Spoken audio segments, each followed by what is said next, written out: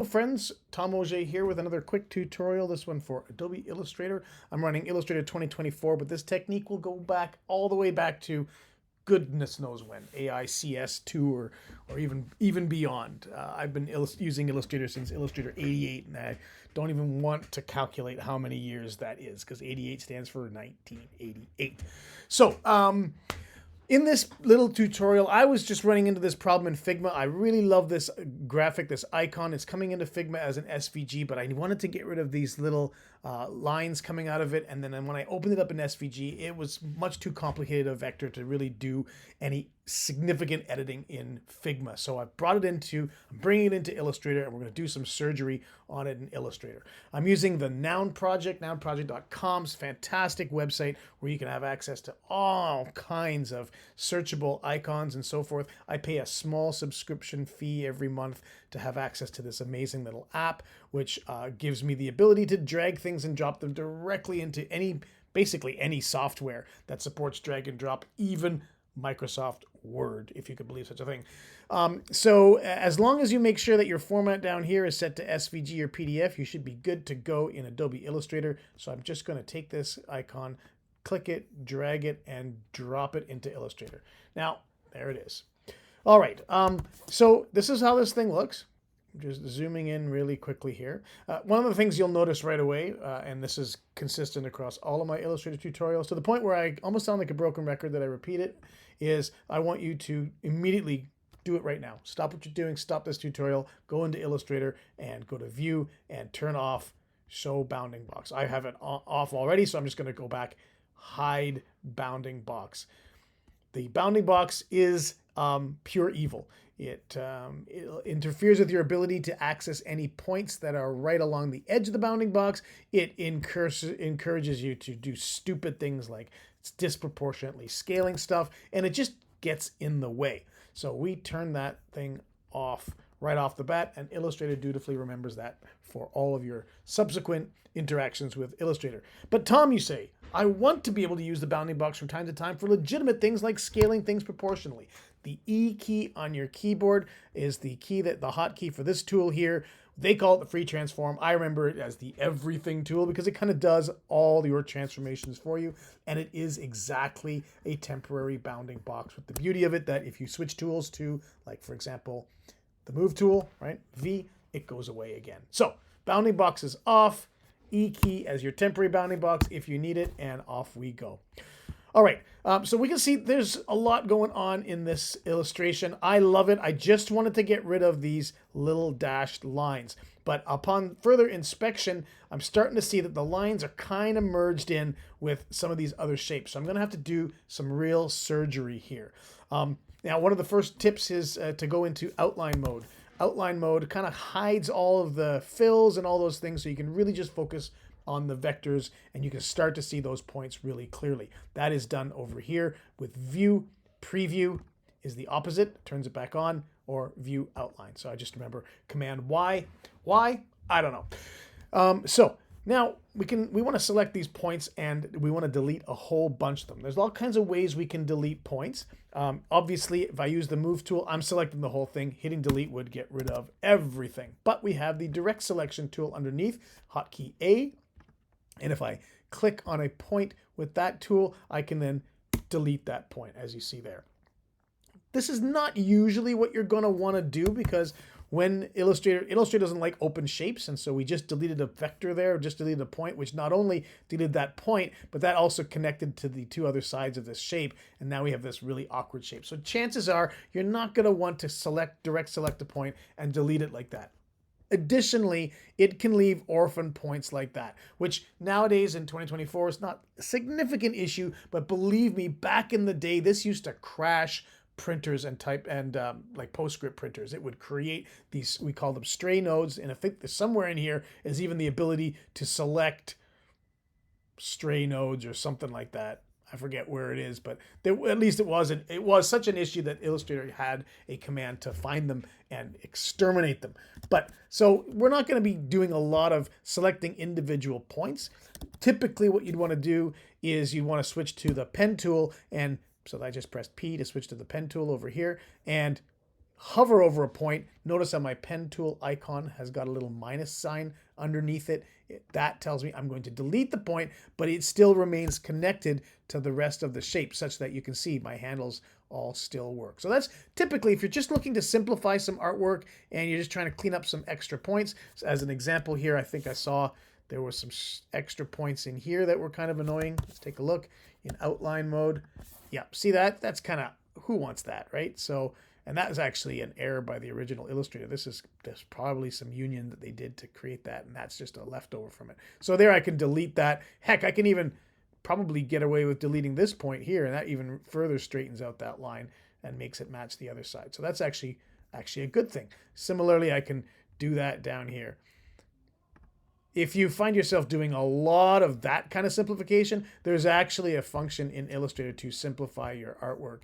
And I believe that's under Object, Path, Simplify. And there you can actually tell it to simplify it. And you can kind of create a little bit of an algorithm to just help it decide what points to remove and to simplify your artwork. Always a good idea, particularly if you're designing icons and so forth. You're going to want to do that. All right, so we've seen some very manual, slow ways of deleting points. Here I'm going to get much more nuclear, and I'm going to grab my arrow tool, but instead of the arrow tool, I'm going to use the very infrequently used Lasso tool, which is just perfect for this particular circumstance. What I'm seeing, I wanted to get rid of these lines, but what I'm seeing is they're actually connected and part of this other shape here, which represents kind of these circles. So I'm going to need to probably delete the circles as well, because it's going to be easier to recreate those circles the way I want them to than it is going to be to just surgically delete that and then reconnect that and make sure those curves are nice and simple. So here we go with the Lasso tool, and I'm just going to select around all of the points. I'm not letting go of the mouse button until I've kind of come full circle, and now I've got all these guys selected, and once I'm comfortable with what I've got, delete. Perfect. Okay, so now we've got a pretty blank playing surface here. This is really great. If I preview, however, well, we're seeing this even odd fill thing that happens when Illustrator kind of has these open endpoints. It's going to connect those 2 points and those 2 points, creating a self-intersecting shape, and that creates all sorts of awkwardness. So we need to heal that up. Easiest way is to find these 2 points.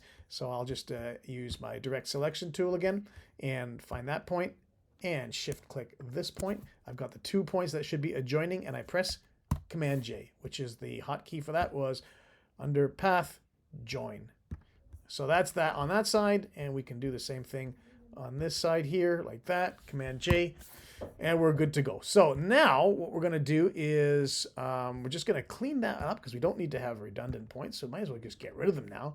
Now that we've healed that up, we just get rid of them. So now we've got some nice clean artwork. All right, just double check that. Okay, there's a point here I don't like. Don't know what he's saying, so let's just get rid of him as well. Is that even a point, or that's an anchor handle? Never mind, that's just a handle from that point there, right? If I grab that, yeah, so that's what that is. Okay, fine. Right, so now we want to add those circles back in. So I'm going to grab this circle tool, the ellipse tool, and I'm going to look for roughly, I'm trying to map out what the center of this fingertip would be, and that's going to be my circle there. And to make my life easy, I'm going to hold the Option key and the Shift key down. So the Shift key makes for a perfect circle. The Option key grows it out from its center point. So I'm going to hold down the Shift key and Option and get something like that. Perfect. So now I've got a circle that's more or less concentric to this fingertip shape here. Maybe I'll adjust it just a little bit. I could get even more scientific about this if I wanted to by drawing a circle that more closely matches that fingertip. But I think we're pretty good here. And then I'm just going to hold the Option key, grab from the center, that leaves a copy behind, and try to find where the center of the second fingertip would be. And let's take a look at what that looks like. Yeah, pretty much on target. This is going to be a single shape, so I'm going to unify that. I've got my Pathfinder menu open over here, and I'm going to choose Unite. And all Unite does is it just creates a single unified shape from that. Instead of 2 overlapping circles, I've now got a single unified shape. Lovely. But my fingers are hollow. You can see this is a self-contained shape, but these fingers are hollow. So I don't have the ability to kind of make these circles appear to go behind the hand. A simple technique would be to kind of trace, and you could be pretty rough about this. You could just trace over here. I've got some snapping turned on. I've just installed Illustrator here on this Mac, so I haven't fully customized it, but I'm going to have to turn smart guides off, I think. There we go. Even still snapping, so I'm still going to have to debug that. Anyway, and then, I could just sort of draw this like this roughly. I'm just going to do a really rough job here. I'm going to set my default colors. Whoops. There we go. And don't know what that popped up there. And take a look here. Right now you say, Tom, that is absolutely nasty. Yes, but when I bring this in front, it's not too bad. It kind of works. Okay, I've got a little bit of an issue there, but that's not a problem. But, sorry about the middle finger there, folks. Let's get rid of that. But I don't want to have a solid here because I want this icon to perhaps be transparent, right? So I really need to find a way to trim away the insides of this shape. And so the easiest way that I can think of to do this, and it's still not even that super easy, is to select both of these shapes that I want to kind of intersect each other. And I'm going to go to the Pathfinder menu, but the Pathfinder here doesn't seem to have what I'm looking for. So I'm going to go down here and actually open up the Pathfinder palette.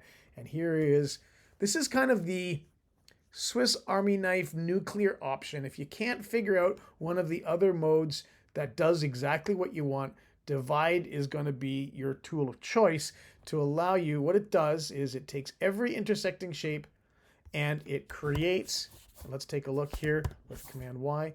What have we got? If I drill into this shape, it's got all these separate shapes that it's kind of built out. You can see how it's created all these different shapes of all the intersections. So, right? So that, with all of that information, I've got more than enough to be able to sort of put this thing back together. I don't even need this guy, so let's get rid of him right off the bat. I'm going to do the same thing for that. All right. So, and then this guy, got to watch out for that. All right, okay, so that's that part there. So we've got to be a little bit careful here. So at least this shape here, if you take a look, we're already in pretty good shape. If we could just stop here and we'd have a pretty viable icon. But I'm a bit of a stickler, so I don't want to see this. You never know when a little hairline, the math might be off. And although I'm zooming in here and I'm not seeing it, but you never know. You never know. It'd be better if these were unified shapes. So I'm going to temporarily hide this guy just to get it out of my sight. Command 3 hides it, and Command Option 3 will bring it back. That's under, where is that? That's under Object, I think. Object Hide, Command 3, and Object Show All, Command Option 3. So that way I can really concentrate on the task at hand. And what I'm going to do, as my first experiment, I'm going to select this top shape. See, we've got these two shapes here. We just want to unify them. Now, before I do that, I'm just going to go to my Pathfinder, which I've lost, which is fantastic. Let's bring it back by selecting two things. And I'm going to go to my Pathfinder options, which is, you're going to get that here. And then there's this little menu over here. And I'm going to go to my Pathfinder options, and I'm going to check off remove redundant points. This is a great little thing. If you're uniting objects, you've got overlapping objects, and sometimes there's these points that kind of overlap each other. Remove redundant points allows you to sort of get rid of them. So I'm hoping that that's also going to help me get rid of some of this stuff. So I've got, what shapes have I got selected here? I haven't got nearly enough shapes selected. So I'm actually going to select all of that. And I'm going to just hit the Unite button and pray. And there we go. Right? And if I wanted to, these are all kind of redundant points. So they didn't get eliminated because they weren't redundant enough, apparently. So what we can do is we can just switch to the pen tool and we can manually pop those out, just ensuring that we've got the simplest artwork that we can with the straightest lines that we can. So with a combination of Pathfinder Divide and then, I got to bring back my guy, Command Option 3. There he is. And we've got ourselves some beautiful artwork. And in fact, what I could do now, even further to simplify, we're moving things around, is to select both of those guys and once again, unite them. Now, your mileage may vary. You may say, you know what, I don't want to unite them because what if I wanted to change the color of this guy to something else? So maybe I don't know, do that. So there's a bit more flexibility in this icon if you do it this way. So I'll probably end up keeping it like that. But there you've got a pretty simple way of doing some surgery on an icon. Looked at the Lasso tool, a direct selection tool. We looked at Pathfinder divide, which is really your nuclear option if you get stuck and you cannot figure out whether it's unite or intersect or exclude, any of those other Pathfinder options that you've got. Obviously, you might want to try those first until you kind of get familiar with them, but Pathfinder divide is going to break everything up. The one thing I kind of glossed over, and you can see I'm still in isolation mode here, Pathfinder divide always, I don't know why, always creates a group. So you can either then just double click on the object that you just divided in order to be able to go and edit it, or you can select the object and Command Shift G or ungroup, right? Object, ungroup, and then you can ungroup it and continue to work on it. So there you have it. Hope this was useful, and maybe I'll see you in the next one.